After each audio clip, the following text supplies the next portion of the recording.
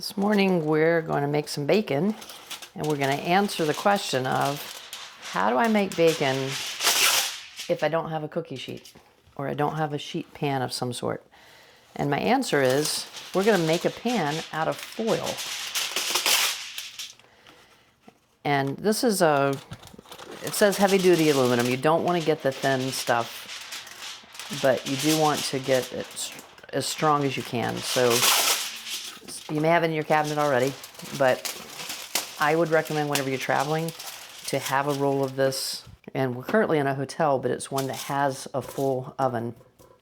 And so we wanted to make some bacon to go with our breakfast this morning. So to start out with, I have 3 sheets. You could do 4 or 5 if you wanted to, depending on how strong you want it to be. And this is going to be a little precarious whenever you get to the end and you have the hot bacon grease. So you'll want to make sure it's strong enough that you can manage it. And then on each of the long sides, fold in about a 1/2 inch and do that twice.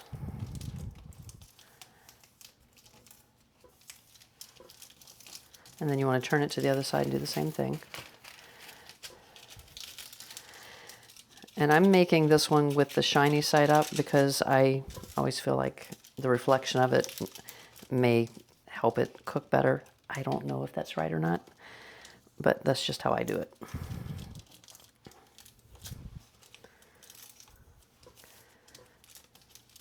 right, so now that I have those 2 sides done,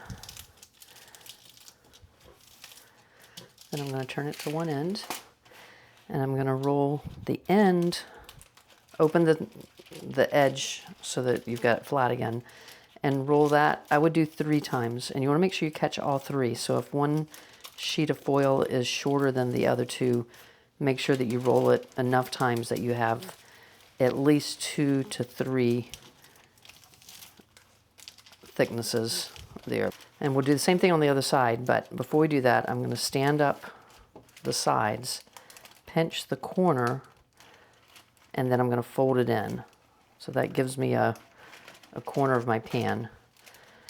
So fold up both sides, pinch the corner out, and then turn it to fold it. And this is foil, so you can just crunch it and get it to take the shape that you want it to. But you just want to keep the grease from spilling out. I don't know if you can tell or not, they're not the same length.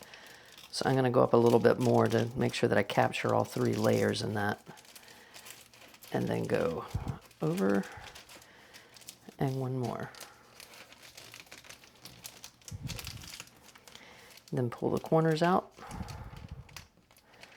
fold it, and kind of crimp it. That's a better word for it. We're going to crimp it.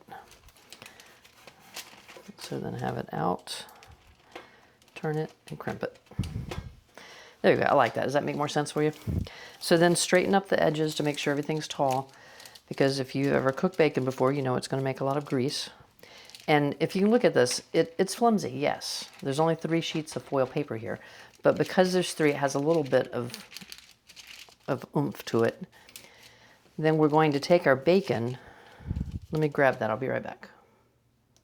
So typically, if you've seen any of my other videos on making bacon, I always cut it into thirds, and we started this pack yesterday, but I cut this one in halves just because it's just my husband and I this weekend, and it was easier just to do halves. And each pan, if you can tell about the size, it's maybe, if you start out the length of your forearm to give you an idea of how long to tear the foil, each one will hold a half of a package, so a 1/2 pound of bacon. And then follow your bacon suggestions for whatever brand you bought and the thickness that you have for what temperature and how long. But if yours doesn't say, this particular package says to preheat your oven to 350 degrees, and I have the oven on right now, so it's preheating. And then it says to cook for 9 to 10 minutes. That's nowhere near as long as I would normally cook bacon. So if you like your bacon very soft and limp, that's what that's going to give you. I'm going to cook this 15 to 20 minutes, but I'm going to check it after 12 minutes just in case it cooks faster than what I expect. Now you want to make sure that the bacon is inside the edges of this. You don't want anything to go up near the top of the edges, because that grease is going to just splatter over and get all over the oven. And if you're making this at home, you can clean up the mess. But like I said, we're traveling. We're in a hotel right now. The last thing I want to have to do is to clean an oven before I go. This would be a good thing to know how to do if you're staying in an Airbnb or a Vrbo, because a lot of times you may get there and there's not the cooking supplies that you thought you were going to have. And vacation and having eggs and bacon, who doesn't love that? All right, so the bacon's ready to go. I'm waiting for the oven to get hot. Once it beeps, I'm going to throw it in. I'll set the timer for 12 minutes, and then I'm going to check it. Again, if you're not sure, or if you don't like yours extra crispy, check it at maybe 8 to 10 minutes, and just keep peeking at it every 2 to 3 minutes until it's how you want it. But when I come back, I'll show you the finished part of this and how I'm going to safely take it off the pan now that it has the heat, the weight of it, without it spilling grease all over me or the oven. So I'll see you at the end. So remember I told you to be careful because it's very flimsy, because it is foil paper, or aluminum foil, whatever you want to call it. So we're going to take the bacon off instead of picking up the pan like you normally would. And remember, your oven's hot, so use common sense here. But what I've done is I've taken 3 layers of paper toweling and put it on a plate so that it'll drain any oil that's on it. And then my husband came up with a great safety idea, and that was to have a sheet of paper towel ready to go that's folded in half. And after I get this row off, I'll show you what we're going to do.